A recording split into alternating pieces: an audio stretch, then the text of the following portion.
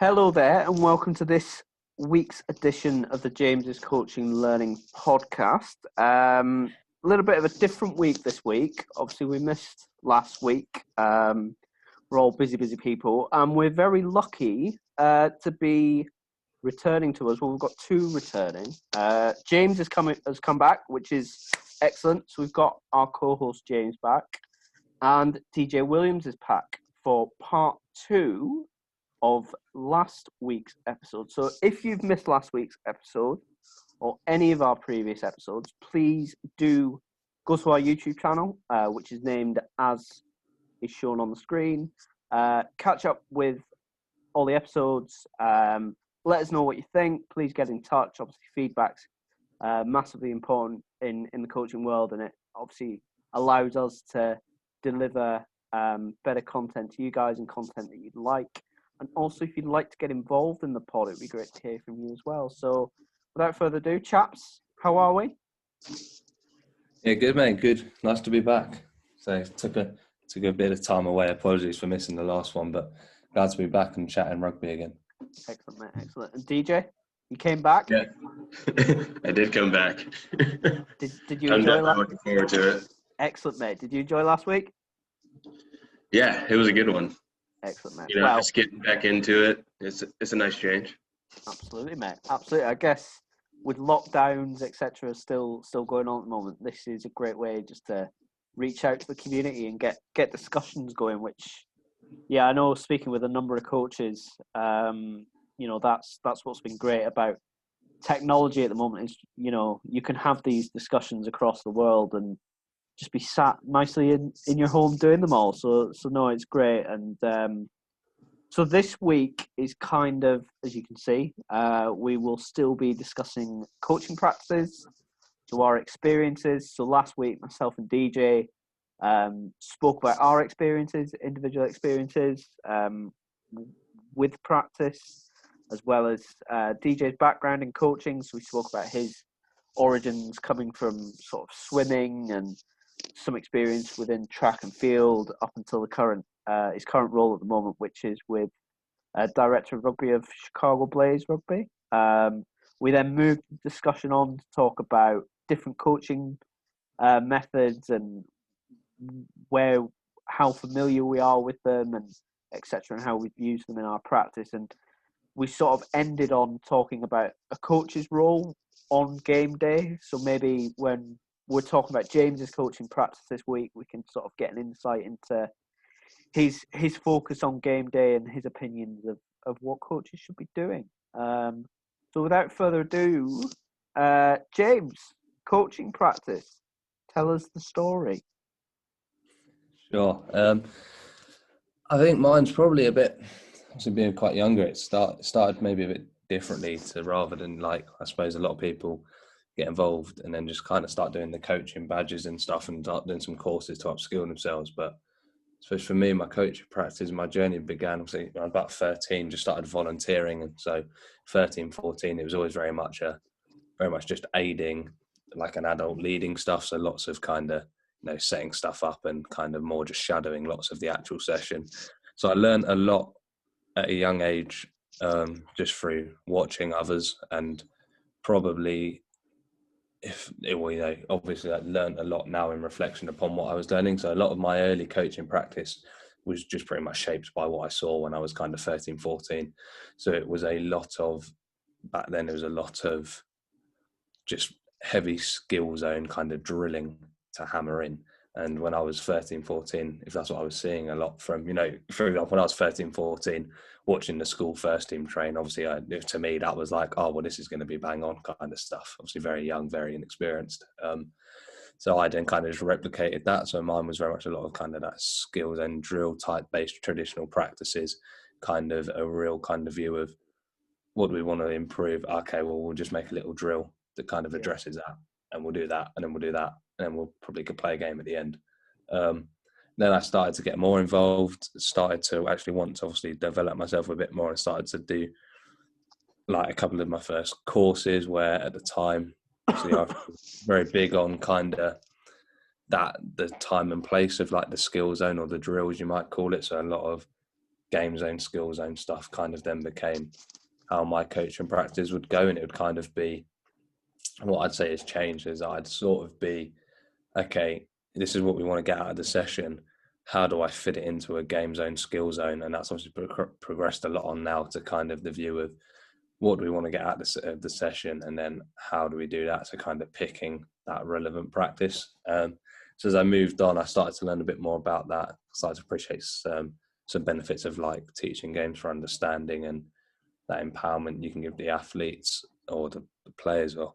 And then moving on into where I am now, probably is, like I say, I feel like with the mix of the academia, so the studies at the university, as well as hopefully I like to think having coached in a few environments and stuff, for me, the big thing is like the context is everything. And it's about now my coaching practices are very much, well, actually, let's not prioritize the coaching practice. Let's prioritize the context we're in and what we want to get out of it. And then we start to look at what coaching practice might be best for it. And I think actually that fits in with the amount of times over these last few episodes we've had guests on. And I was saying it to you earlier, James, about what I've learned in lockdown. Yeah. The word adaptability is flying at everything, about players being adaptable, coaches being adaptable. And I think even with coaching practices, kind of goes back to that again, putting the context and what you want at the front, and then just being adaptable with how you might go and do that. So I guess that kind of outlines briefly-ish where my coaching practice journey's gone. I mean, I find that really interesting. DJ, we spoke last week about very much coming into coaching. You sort of just accepted that there was maybe one way to coach. Yeah. And what I do want to talk to you about, because I found we've spoken about this before. You've explained that you started coaching at 13. What was it that brought you to coaching initially? Was it an injury or? There was a few factors. I didn't like tackling, so that helped. I realised if I could tell people to tackle and maybe tell them how to, that was better than me having to actually tackle. No, there was a few reasons. I was just, Mum being a primary school teacher, so I was always kind of heavily involved in seeing her do. She's like very big on like the sports in primary schools and stuff. So I think, and naturally, as a bit of an upbringing, that kind of gave me a bit of a head start on maybe why I'd be keen to get involved. And then I think I fancied a bit of the volunteering, and I've always been kind of all sports kind of mad, like love sport. I've always I don't really watch TV, I just kind of watch sport and stuff. So I think I saw it as an opportunity to just do sports, and I felt like, I don't know, I just kind of wanted to give it a go. It's hard to think back to why I initially got involved, but what I do remember is that once I did get involved, I certainly caught that volunteering bug and kind of the benefits that come with it, and then just naturally progressed to kind of starting to shape as I guess I just grow older, not necessarily mature, but just kind of grow older. You start to shape what actually you're really enjoying. You start to get a bit more specific, and then that starts to shape the kind of the next decisions you make. So, for example, volunteering loads of community rugby, kind of lots of helping set up under like a youth girls section at local club, and then starting to progress into like school first team stuff, and just starting to see where my passions were lying, I guess. And that kind of stemmed why I kind of got increased involvement from there.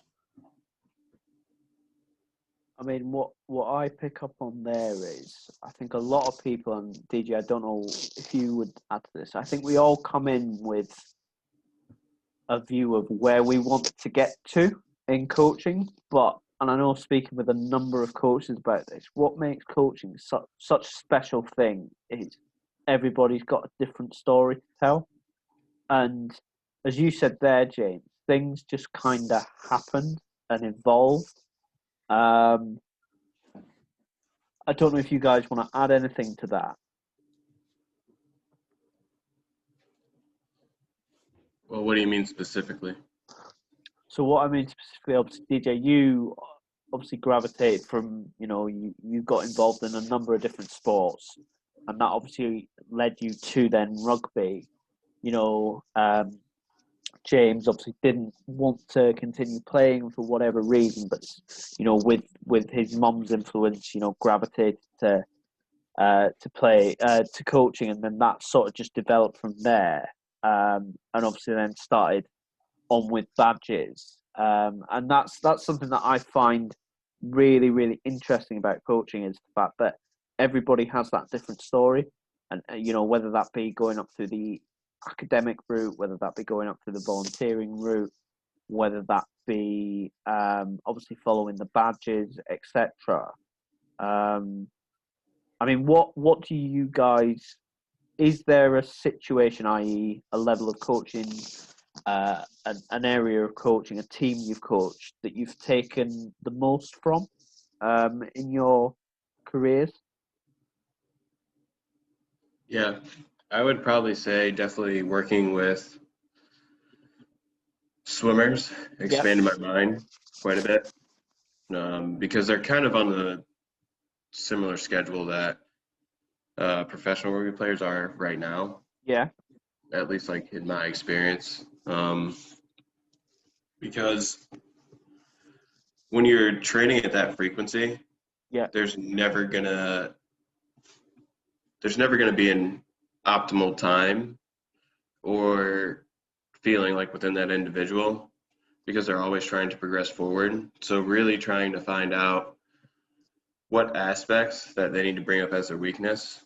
That was the biggest thing that I've learned, especially from swimming, is that even though everyone has the same environment, Yeah. we all have to change or cater to that individual within a team environment.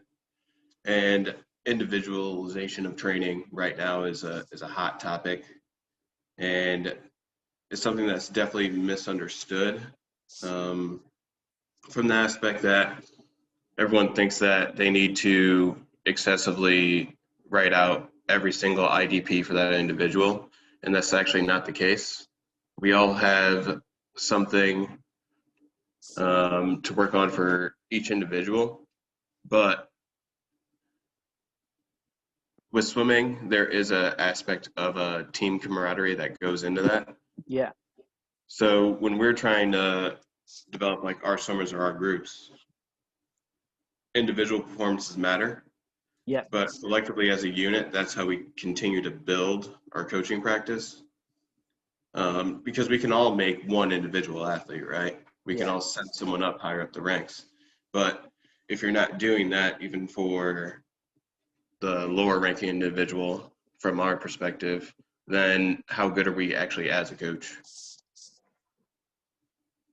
Yeah, I really relate to that, particularly where I'm at currently with my my career. I start a new role as the head of girls rugby at Cambridge Rugby Club in January, and our goal is to kind of create that program that caters to the social athlete, but also that performance athlete. So it's that, and that's really exciting to me. That's a really exciting challenge. Is how do we create a program that caters for the girl, or eventually woman? We want to expand to a women's team, we want to start a girls' academy system. How do we cater to that girl or woman that wants to come in because their friend plays there, or they just want to try something new, or do something different on a Wednesday night? But then also, how do we cater for the girls that want to play for England one day, or move to be a professional athlete? And I find that and I think, DJ, what I'm picking up on here is that's what makes you a good coach, is to be able to cater for both athletes in that same environment. And I think that's a great challenge as a coach. James, I don't know, have you had any sort of, can you pinpoint a moment that's given you the most in your coaching career thus far? Yeah, I think there's been a few. I think before I'll come on to that, but also like I can relate to what we've just been talking about, is like what I've learned in that aspect, and being able to be that coach, like DJ mentioned, is like, so up here at university, where I'm kind of like leading, coaching, and like planning each training session and stuff, and leading the delivery of it for 7 different teams, and these boys are stemming from third team guys who could be high performance squad but don't want to dedicate the time maybe, all the way down to like you don't class the lower teams, 7 teams below that, where it's more about, they want to come and have fun for an hour. And then, they want to have a bit of training each week, and then they want to, they want to go play with their mates on a Wednesday afternoon, just purely kind of socially driven. And I've learned a huge amount about coaching practices in relation to that. So like, when I first arrived, it was very much kind of a one session plan that you'd use 4 times over, say, and it would be kind of, all right, your coaching points might expand in a bit of detail, but other than that, it was the same session for all. So the big challenge I kind of faced last year when I really took on the lead of it was about, let's push ourselves to get specific sessions. And these sessions were back to back, so it would be, what does the group A need? Okay, what does group B need? What does group C need? And that challenge, and obviously in the moment in time, you get 5 minutes between each, that taught me a lot about coaching practice. And I think that perhaps pinpointing, then that leads on to pinpointing a moment, is that seeing a bit of a transformation in that. So just like, say, in my first year at uni, we get to December, January, it's freezing cold, lights go, rains all the time. And actually fast forward a year and the numbers at training were a lot better consistently. And it was because boys were coming up and saying they were really enjoying it, which we didn't perhaps get that as frequently the first year maybe. And I think, and that was a bit, and I pinpointed that moment because to me that was cool, because it meant that we were being effective in delivering something that boys wanted to do. Lots of uni students wanted to go and do this, which was great. And then I suppose that another pinpoint moment for me that kind of just digresses away from that is, and this is actually you'll probably be able to relate to in a few months, starting up the girls and women section. I was helping a part of it with Sutton and Epsom years back, and we had like this local scheme where you offer free sessions for 10 weeks, and then there's an annual kind of county tournament at the end of it. And going on that journey with, I think, 12 girls at the age of like 10, 11, never played rugby before, giving them 10 sessions and taking them to a fun kind of tournament. And that was big as well, seeing then the want of them to come back and play afterwards. And that, if it wasn't for that, that kind of happened annually for 4 years. If it wasn't for that, would the women's section have got off the ground and running and be where it is today? Well, probably not. So that was cool, and that was perhaps a key moment at the time I didn't realise or appreciate. But now, I'm being up at uni, I'm not really with the club anymore, and I kind of keep in touch and keep tabs. But seeing how they've got like a really, really competitive women's team, under 18s, under 15s, who progress far in national competitions every year, and they've still got under 11s coming in every year and stuff, is like, actually those foundations years ago really did lay a strong base. So that's quite a cool moment as well, kind of less coaching practice related. Yeah, I find that really interesting. I mean, for me, this term coaching practice, I think originally I thought coaching practice was very much, I think a lot of coaches, I know for me personally, and we discussed this last week, was, I'm either a game sense coach, or I'm a TGFU coach, or I'm a gradual build-up coach, or a whole part whole coach, etc. And I think and we spoke last week about, how we learn, myself and DJ, and I was very much about throwing myself completely into a model, understanding that model, and then sort of stepping out and seeing where that fits in. I think for me, coaching practice, that term changed for me probably the start of this year. Was lucky enough to spend a couple of months down at Harlequins Ladies with Gary Street, and I remember that his words to me were, and Grant Dury and Russell Earnshaw have mentioned this obviously in previous episodes, it's about the people, it's about connection. Because if you don't have that connection and you don't have those relationships, then really game sense, gradual build up, whatever, it becomes irrelevant, because you don't know what your players are requiring at that particular point. And I know definitely what I've found is that game sense might work in one session, but the next session you might need more block practice.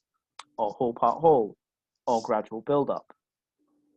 So for me, the term coaching practice, I've sort of gravitated away from these labels and particular practice designs to more think about how can I get that connection with an individual and a group of people. I don't know if you guys want to add anything to that. Yeah, it kind of goes into that adage that you hear a lot of experienced coaches make, where they don't care about how much you know until they know that you care about them. Yeah, I agree. And the biggest thing, especially as this new generation is coming in, is catering our communication style to their needs more so than what we were previously exposed to.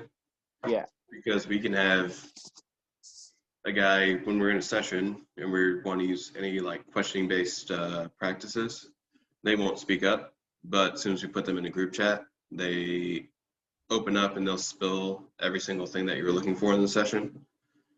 And I think it's putting them in an environment in which they feel, as we discussed in the previous episode, that they can just make the statement without a negative consequence. Because as we go along and as we keep transferring, like with technology, we need to almost look at, I call it almost like the school buses, right? So when you look at a school bus of children going to elementary into high school, they're kind of all bouncing over the place like they're having a good time. But then as soon as you go in that commuter train, when you're around 28 and above, everyone looks like it's a morgue. So it's how do we bring back their childhood experiences and keep that intention as those ages progress. And that's going to be the hardest thing, especially coming over the next 4 to 6 years, in my opinion. James, do you want to add anything to that? No, I completely agree. And again, that kind of relates a lot around bit around kind of like that retention and that, again, that adaptability of what you're doing as you go and as you see fit, and then having the ability to do that and judge it accordingly. And I think that kind of really kind of fits in with what we've been discussing so far. So that leads us quite nicely onto the points that we didn't quite get to last episode, partly because we went on for an hour and 20, but again, partly because I wanted James here to discuss, because I think it's a great three-way discussion to have. These points on this slide, these are sort of things that have become very prevalent in my thought process recently, particularly with my thesis, focusing on coaching practices, game sense. How do you impact training appropriately for players' needs, and is game sense part of that, or do we need to look at other practices? And one of the key points that has come up to me is, what are our thought process on players learning? Do we think players develop skill first, which leads to knowledge, or does the development of knowledge lead to skill? I think that, again, where are we, the appreciation of players being different. Some players, and this is, you go and ask probably like an elite high performance coach, or you go and ask a under 11s coach or an under 18s, or whatever. I don't think it matters. I think that if some players will go, I want you to show me how to do it, and just crack on from there. So like they might go, just show me how to execute the tackle or teach me how, and not worry too much then about what else comes with it. And other players really want that kind of time taken to explain and evaluate, and then they'll slowly improve their skill from there. Whereas, so I think it's just the appreciation of how the player just best learns, I guess. Yeah, and that's something when he was touching on that's kind of the $1 million question, right? It's what constitutes knowledge, and then how does that correlate into the skill? Because innately, all of us can tinker with whatever discipline that we're trying to learn and get better at it. It's really the environment and the knowledge of that individual constructing it that will make it purposeful. And this is the biggest thing when we talk about deliberate practice. Deliberate practice is not one of those things if we're trying to teach our spin pass, right? Yeah. You can keep doing it for hours and hours a day, but unless it's put into a chaotic situation, you have no idea the adaptability of that skill. And I think that's the biggest thing that we're seeing, not only in sport, but just within our society in general, right? We can accumulate all of this knowledge, but the application of the skill is what separates the highest performers versus the ones that are at average or standard. And the individuals that have the most applicable skills look outward into other places to get new ideas to make sure that they can continue their performance. And it may be something as simple if we're trying to learn a push pass, right? Yep. Maybe it's not the best idea to use a rugby ball. Maybe we should just use a football because they can't spin it. They have to push all the way through. And either way, we're still learning the skill. And the start point will always be elbows out and finishing towards your target. And the environment is going to dictate what happens in between those. So for us to give them very hard guidelines on how to execute a pass is a poor decision, in my opinion, because we're not taking into account that fluctuator of the environment. And then it's going to lead to a decrease in scanning and responsiveness. So, and that's the biggest thing that I have always struggled with in block practice. Right. Is that repetition is good, but what's the point in which it does become detrimental? And what are your guys' thoughts on that as well? I mean, I like the fact that you mentioned the football thing, but did you mean football as in soccer or football as in American football? No, soccer. Soccer. I know I'm the only American that calls it football, probably. But yeah, so and I sort of learned about this in my Highland role, was young kids particularly love to hold the ball in one hand, which obviously if we're trying to get them to do a push pass or a spin pass, whatever, to go from holding it underneath your armpit to then go out and hold it in two hands and then make the pass, that can take quite a long time. And as you mentioned there, if you're wanting to train your players in chaos, by the time they've done that, the likelihood is they've been smashed back and we've lost the ball. And what I've found with a football is not only can they not spin the ball, i.e., so we're trying to emphasize that push pass, but also there's a tendency for players to hold the ball in two hands. So they're looking both ways. And with holding the ball in two hands, I don't know if you boys have noticed this, but I've noticed with players, particularly young players, is they'll start to look left, right, forward, more so than they do with with the ball in one arm. I don't know if you guys want to pick up on that. Yeah, like you were saying, and also just going back to DJ's point there as well, like around repetition is I think the context again of it's huge. Who might want or be more comfortable with more repetition? If you've got a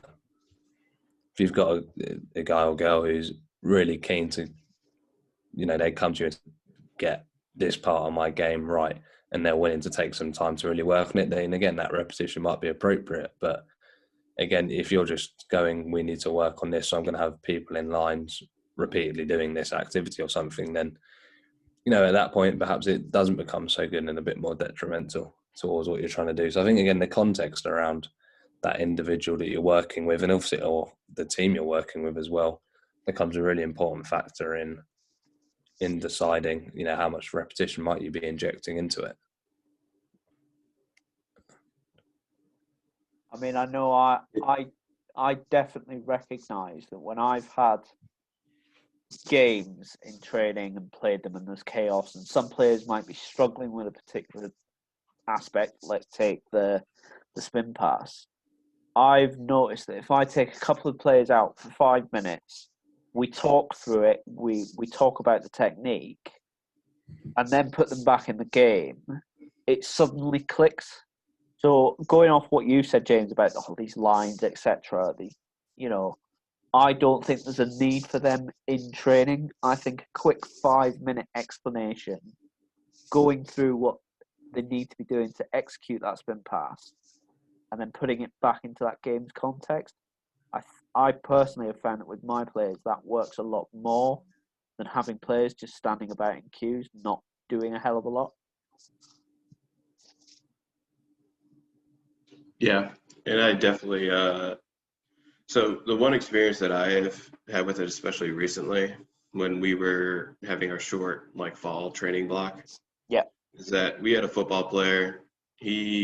Last time